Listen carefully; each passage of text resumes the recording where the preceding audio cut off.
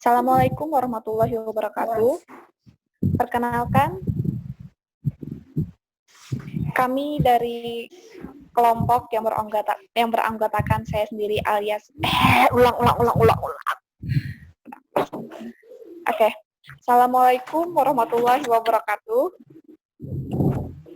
Pada hari ini kami akan mempresentasikan hasil kerja kelompok kami tentang ekspansi industri tekstil Cina. Sebelum memulai presentasi, izinkan saya selaku moderator untuk memperkenalkan anggota kelompok kami. Perkenalkan, nama saya Alia Safira Rizky, dan ada teman saya yang bernama Devi Agustina dan Nur Laila Sari.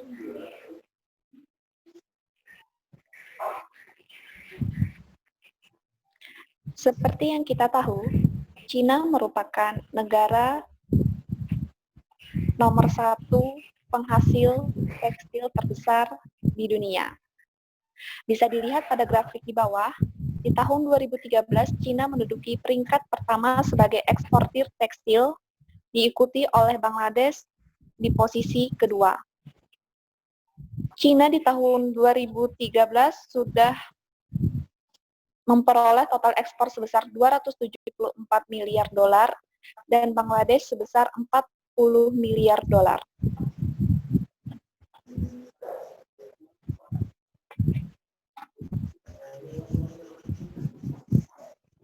Selanjutnya kita akan bahas tentang sejarah awal industri tekstil di Cina. Jadi, industri ini dimulai pada abad ke-20 hingga produksi benang kapas mencapai sekitar 20% dari total output industri modern Tiongkok pada abad tersebut. Dimulai dari Perang Dunia Pertama, industri ini berkembang pesat hingga depresi di tahun 30-an. Industri ini terus tumbuh meskipun lebih lambat hingga Perang Sino-Jepang kedua, ketika perang menghancurkan banyak pabrik dan rantai pasokan mereka. Setelah perang tersebut, mereka tidak sepenuhnya pulih sampai tahun 1950-an, di mana banyak taipan besar telah memindahkan kerajaan mereka ke negara Hong Kong untuk menghindari penganiayaan. Sementara industri lainnya telah dimonopoli oleh pemerintah. Setelah Deng Xiaoping naik ke tumpuk kekuasaan, dia mengidentifikasi perusahaan-perusahaan Hong Kong ini sebagai model perusahaan kapitalis yang maju secara teknologi, dan akhirnya mereka dapat terhubung kembali dengan mereka yang pernah tinggal di daratan Cina. Next.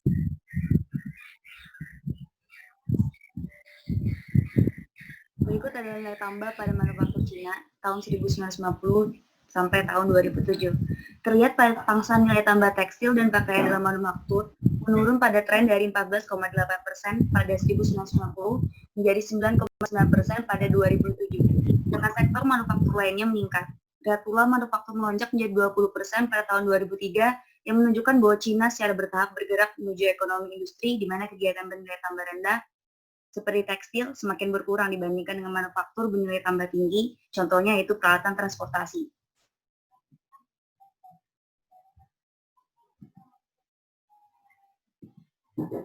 Berikut adalah tabel di mana Cina memimpin ekspor tekstil. Cina mengekspor tekstil ke negara Jepang, Hong Kong, Korea, dan Asosiasi Negara Asia atau ASEAN yang tidak memiliki pembatasan. Dalam era pada pasca ATC atau Agreement on Textile and Clothing pada tahun 1995, seperti terlihat pada tabel, Cina tetap menjadi pemain utama dalam industri tekstil menyumbang 22,3% ekspor tekstil di dunia. Pada tahun 2005, Cina menandatangani Memorandum of Understanding dengan Amerika dan Uni Eropa untuk membatasi pertumbuhan tekstil yang sangat cepat dari industri tekstil Cina pada pangsa pasar negara tersebut. Akan tetapi, secara keseluruhan pada tahun 2005, 2006, dan 2007, ekspor tekstil dari Cina ke dunia meningkat 21%, 25%, dan 18,9%. Pada slide tersebut, dapat terlihat ekspor tekstil dan produk tekstil atau disebut dengan TPT ke Amerika Serikat.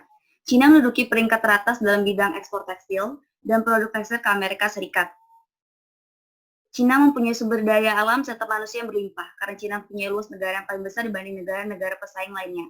Apabila dibandingkan dengan negara pesaingnya, Cina mempunyai tenaga kerja dengan upah yang lebih murah.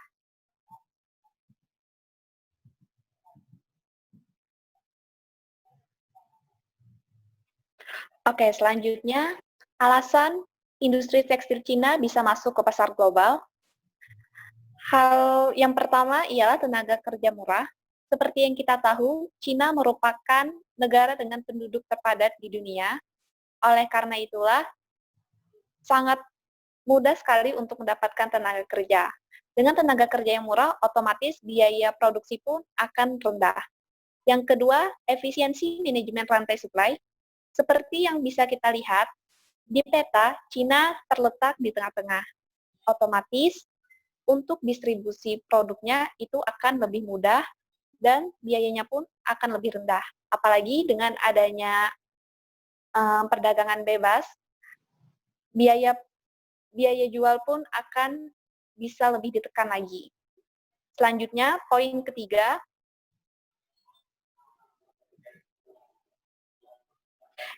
infrastruktur yang lebih modern. Mesin yang dimiliki oleh Cina itu sudah lebih modern sehingga kapasitas produksi bisa lebih banyak dan membutuhkan waktu yang lebih sedikit. Selanjutnya,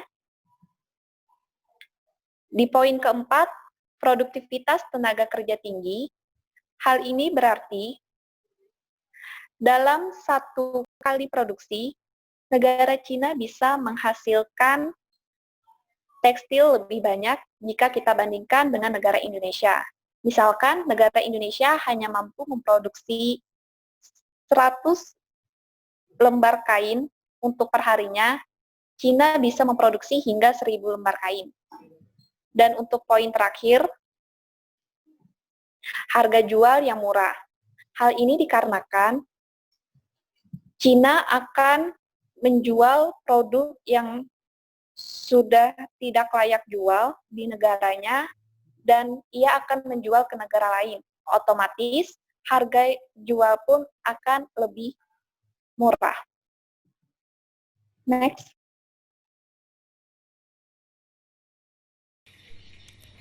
Baik, untuk slide selanjutnya kita akan membahas tentang strategi bagaimana industri tekstil Cina bisa memasuki pasar global. Yang pertama yaitu adanya perjanjian CAFTA atau China ASEAN Free Trade Area yang mulai diberlakukan pada tanggal 1 Januari 2010. Perjanjian tersebut melibatkan 6 negara di kawasan ASEAN yaitu ada Brunei Darussalam, Malaysia, Filipina, Singapura, Thailand, dan juga Indonesia.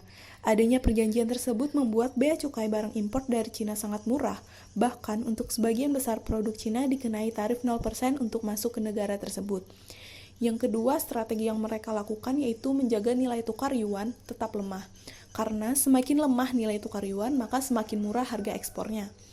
Cara pemerintah Cina menjaga yuan agar tetap lemah adalah dengan mencetak yuan sebanyak-banyaknya, lalu membeli dolar.